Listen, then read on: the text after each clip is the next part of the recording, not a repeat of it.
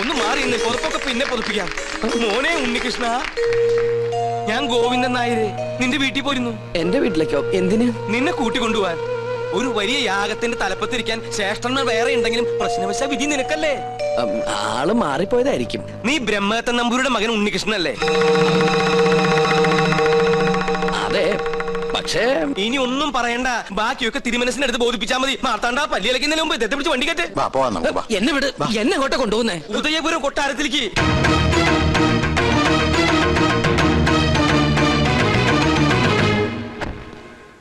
വരിക. ഞാൻ പോയി തിരുമനസിനെ വിളിച്ചിട്ട് വരാം.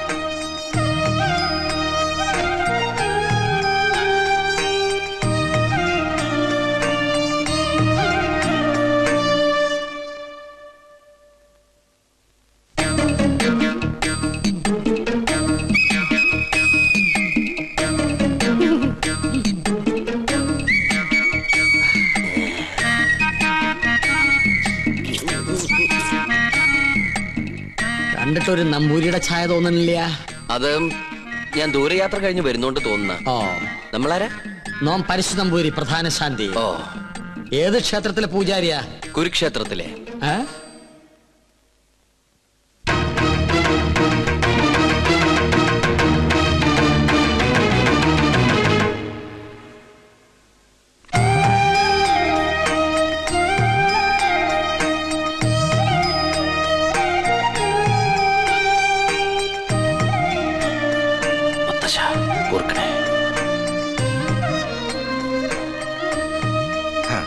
നന്നായി വരും.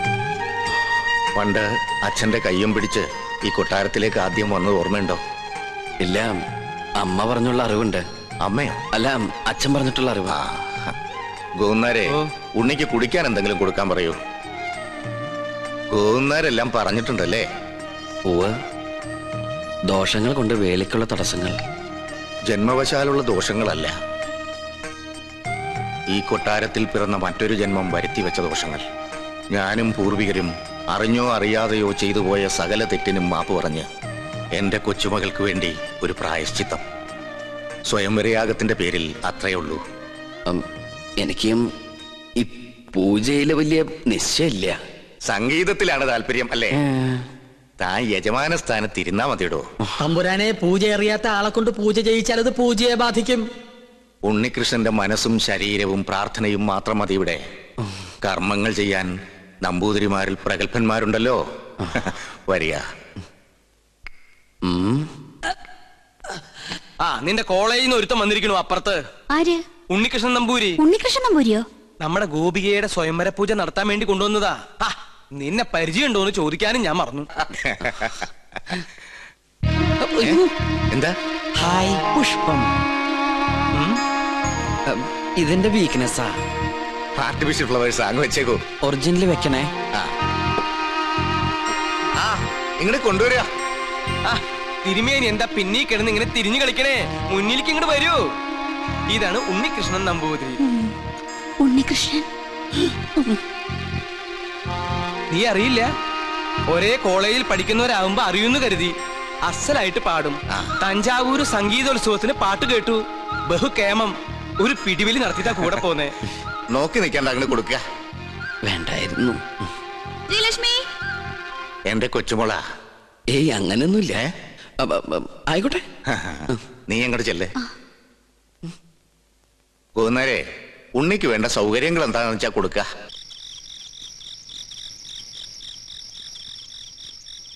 സുലൈമാനെ, പഞ്ചപാവായിരുന്ന സുലൈമാന് എവിടുന്ന് കിട്ടി ഇത്രയേറെ കള്ളത്തരങ്ങള്? മത്സരത്തിൽ തോറ്റിട്ടും ഉണ്ണികൃഷ്ണനായി പാടാൻ പോവാ. കൊട്ടാരത്തിലെ പൂജയ്ക്ക് എത്തുക. തെറ്റിദ്ധരിക്കരുത്, ഞാൻ പറയാം. തഞ്ചാവൂര് പാടാൻ പോയത് കള്ളത്തരത്തിലാ. ആഗ്രഹമായിരുന്നു. പക്ഷെ ഇങ്ങോട്ട് വരണമെന്ന് ഒരിക്കൽ പോലും വിചാരിച്ചല്ല. ശ്രീലക്ഷ്മിയുടെ അച്ഛൻ ആള് മാറി ബലമായിട്ട് കൊണ്ടുവന്ന. പിന്നെ ഉദയപുരം കൊട്ടാരത്തിലേക്കാന്ന് അറിഞ്ഞപ്പോ വരാതിരിക്കാനും കഴിഞ്ഞില്ല. അതെന്താ? എന്നെങ്കിലും ഒരിക്കല് ഈ കൊട്ടാരമുറ്റത്ത് കാല് കുത്തണമെന്ന് വിചാരിച്ച സാധിച്ചു. കാണേണ്ടവരൊക്കെ നേരി കണ്ടു. നാളെ നേരം പുലരും മുമ്പ് സ്ഥലം വിട്ടോളാം. അതുവരെ ഉപദ്രവിക്കരുത്.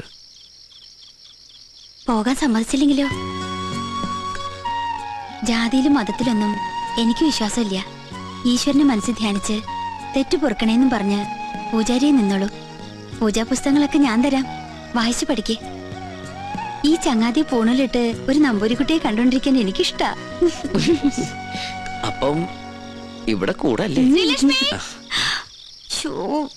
ആരാത്? ഇളയ തമ്പ്രാട്ടിയാ. രാവെന്നോ പകലൊന്നും ഇല്ല. പട്ടാണോ? ചെസ് കളിക്കാനാ. അയ്യോ, എന്നാലോട്ട് ഞാൻ ജയിക്കാനും പാടില്ല. കുശുംബിയാ. ശ്രീലക്ഷ്മി പിന്നെയും വിളിച്ചു. വരട്ടെ. കുറച്ചു നാളേക്ക് ശല്യമില്ലായിരുന്നു. കലാമണ്ഡലം ഒന്ന് തുറന്നാൽ ഞാൻ രക്ഷപ്പെട്ടു. അവിടെ മോഹിനിയാട്ടത്തിൽ ഒന്നാമതാ കുട്ടി. അയ്യോ,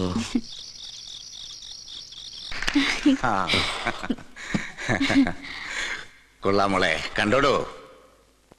തെറ്റ് ഞാൻ സമ്മതിച്ചു. തമ്പുരാട്ടിയുടെ മുമ്പില് ഞാൻ തോറ്റിരിക്കണം. മാപ്പ.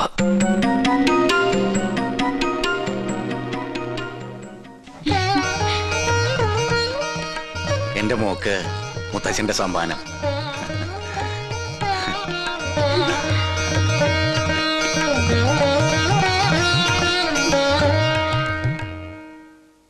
വിനാശകാലേ വിപരീത ബുദ്ധി.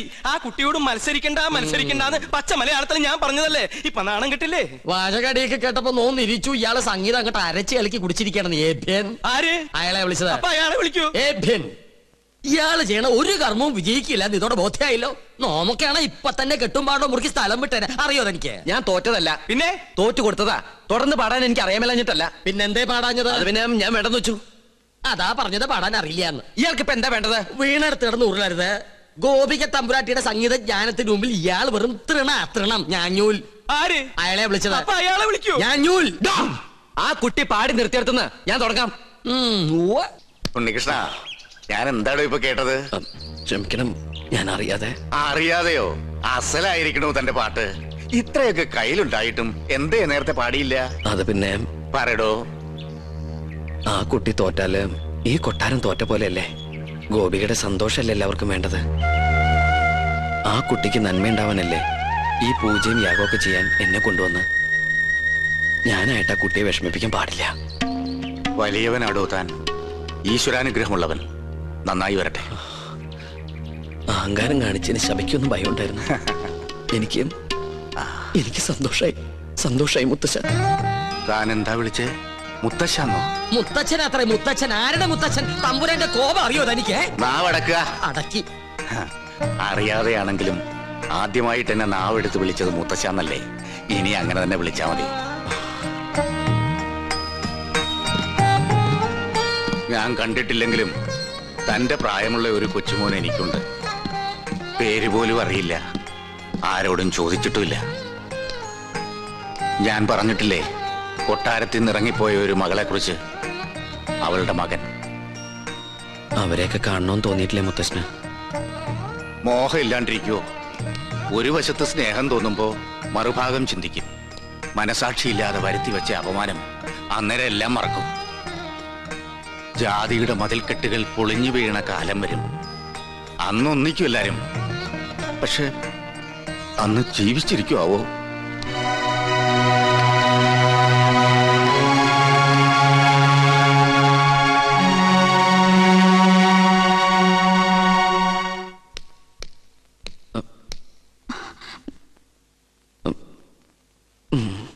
നിൽക്കൂ. ശാസിക്കാനോ ശിക്ഷിക്കാനോ ആരും ഇതുവരെ തയ്യാറായിട്ടില്ല. എതിർത്ത് തോൽപ്പിക്കാനും ആരും ഉണ്ടായിരുന്നില്ല. അതുകൊണ്ട് ആത്മവിശ്വാസം അഹങ്കാരം കൂടിപ്പോയി. മാപ്പോ? തമ്പുരാട്ടിക്കുട്ടി എന്തായി പറയണേ? മുത്തശ്ശനും അച്ഛൻ തമ്പുരാനെ കേട്ടാ എന്റെ സ്ഥാനം പടിക്ക് പുറത്താ. ഇല്ല, അർഹതയുള്ളവരെ ഈ ഉദയപുരം കൊട്ടാരം എന്ന് സ്വീകരിച്ചിട്ടേ ഉള്ളൂ.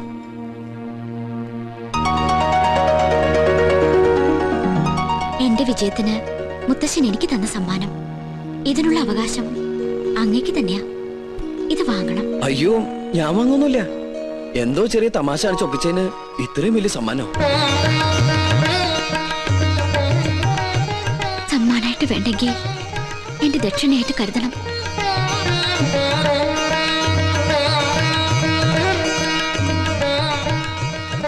സുലൈമാനെ, ആ കയ്യെന്ന് കാണിച്ച്. എന്തേലൊന്നുമില്ല. ഇത് ഇളയ തമ്പുരാട്ടി മുട്ടുകുത്തിച്ചതിന്. ഇനി കയ്യാൻ എടുത്തോട്ടെ. ശാപം.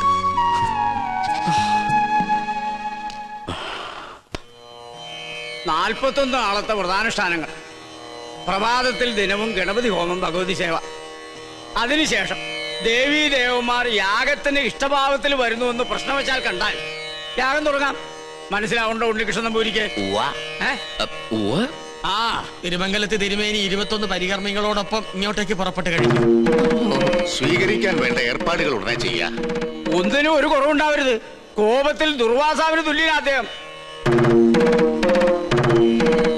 പരിശോട്ടെ, ഈ തിമിംഗലം അല്ല, ഒന്ന് ചോദിച്ചോട്ടെ, ഈ തിരുമംഗലം തിരുമേനിയും എന്തെങ്കിലും തെറ്റണ്ട കോപിക്കൂ? ഇല്ല, ശപിക്കും. ആ ശാപം 7 തലമുറ നിലനിൽക്കും. മോക്ഷം കിട്ടില്ല. അതുകൊണ്ട് ഇപ്പൊ തന്നെ സ്ഥലം വിട്ടോളൂ.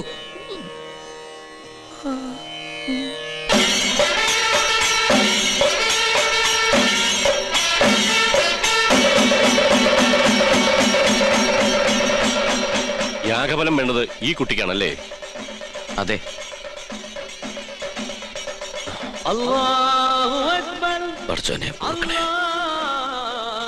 ഈശ്വരോ രക്ഷ. എഴുന്നേൽക്കുക. മനസ്സർപ്പിച്ച് ഖുർആൻ പാരായണം നടത്തിയിട്ടുണ്ട് അല്ലേ? അത് അനുഗ്രഹിക്കാൻ കൈ ഉയർത്തിയപ്പോ വാങ്ങു മുഴങ്ങിയത് നിമിത്തം. ഒരു നമ്പൂരി ഖുർആൻ വായിക്ക്. മറ്റു മതങ്ങളെ അനുകരിക്കാതിരുന്നാ മതി. പഠന വിഷയമാക്കുന്നത് തെറ്റില്ല. ജ്ഞാനം കൂടും. എന്താ പേര്?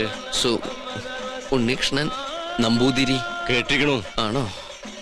ഇത്ര ചെറുപ്പത്തിലെ പുണ്യകർമ്മത്തിന് ഗുരുസ്ഥാനിയാകാൻ ഭാഗ്യം കിട്ടിയവൻ. കൊള്ളാം.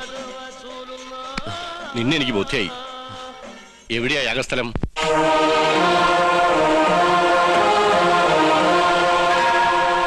അന്തരീക്ഷം തൃപ്തികരം എങ്കിൽ ഉണ്ണികൃഷ്ണൻ ഗണപതി ഹോമം തുടങ്ങട്ടെ. അറിഞ്ഞിട്ട് വേണ്ടേ ഹോമം തുടങ്ങാൻ? ഏയ്, ഗണപതി ഹോമം അറിയാൻ നമ്പൂരിമാർ ബ്രാഹ്മണ കുലത്തിൽ ഉണ്ടാവില്ല. വിട്ടി അങ്ങോട്ട് നീങ്ങിയേക്കൂ. ആ തുടങ്ങ. എനിക്കതിന് കഴിയില്ല. ഇപ്പൊ എങ്ങനെ? 101 യാഗങ്ങള് പൂർണ്ണതയിൽ അനശ്വരമാക്കിയ തിരുമംഗലത്ത് നമ്പൂതിരിയുടെ സാന്നിധ്യത്തിൽ ഒരു യാഗത്തിന് തിരികൊളുത്താൻ മാത്രം അഹങ്കാരിയല്ല ഞാൻ. ജ്യോത്സ്യ പ്രവചനത്തിന് വിഘ്നം വരുത്താതെ ഞാൻ അങ്ങയുടെ സമീപത്തിരുന്നോളാം. അങ്ങ് തന്നെ കർത്തവ്യത്തിന് തുടക്കം കുറിക്കണം. എന്നെ അനുഗ്രഹിക്കണം.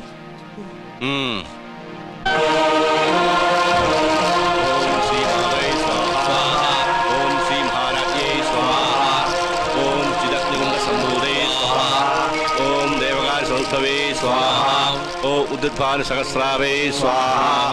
ഓം ജിതഗ്രൂഢംബൂതേ സ്വാഹ.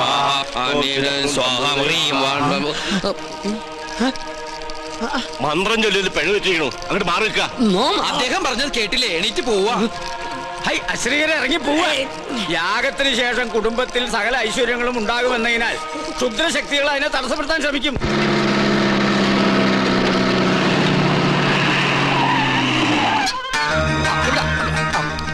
മൂസാക്കുട്ടി, ആ ചുമ്മൻ അവിടെ കൊണ്ട് മേയാൻ വിട്. അത് നോക്ക്. ഇതെന്താ തീയും പോയും കാണുന്നുണ്ടല്ലോ? വീടിന്റെ മുമ്പിലാണ് അടുക്കള. ചിലപ്പോ ഞമ്മള് വരുന്ന അറിഞ്ഞിട്ട് ബിരിയാണി വെക്കായിരിക്കും. എന്നിട്ട് ബിരിയാണി ചെമ്പ് കാണില്ലല്ല. നെയ്യുടെ മണമുണ്ട്. ഓം ശ്രീ മാതൈ സ്വാഹ.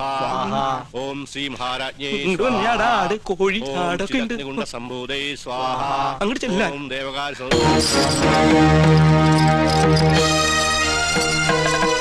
അവിടെ കുറ്റിയടിക്ക്. ഇത് തേക്കാണ്. എന്തായി കാണിക്കണേ? അന്യജാതിക്കാരി കൊട്ടാരം കാലുകുത്താൻ പാടില്ല. ഇവിടെ ഒരു പുണ്യകർമ്മം നടന്നുകൊണ്ടിരിക്കുക. കോടതി വിധി പ്രകാരം ഞങ്ങളുടെ മാളത്താത്ത കിട്ടിയ സ്ഥലത്ത് കാലുകുത്താൻ ആരുടെ സമ്മതം ആവശ്യമില്ല. അളന്ന് തിരിക്കാനായിട്ടാണ് ഞങ്ങൾ വന്നത്. അളന്ന് മുറിക്കലും കുടിയേറലും ഒക്കെ യാഗം കഴിഞ്ഞിട്ട് മതി, അല്ലാതെ സമ്മതിക്കില്ല. കോടതി ഉത്തരവാണ്. വെറുതെ തടസ്സത്തിൽ നിന്ന് അകത്ത് പോകണ്ട. ഈ അളക്കടാ. ഇവരെ പിടിച്ച് പുറത്താക്കടാ. വേണ്ട ശ്രീകണ്ഠ, അവര് വിധി നടപ്പാക്കിക്കോട്ടെ. വരിക.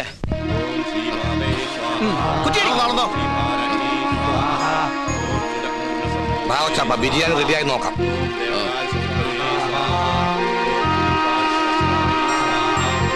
ഒന്ന് യൂറിൻ പാസ് ചെയ്തിട്ട് വരാം.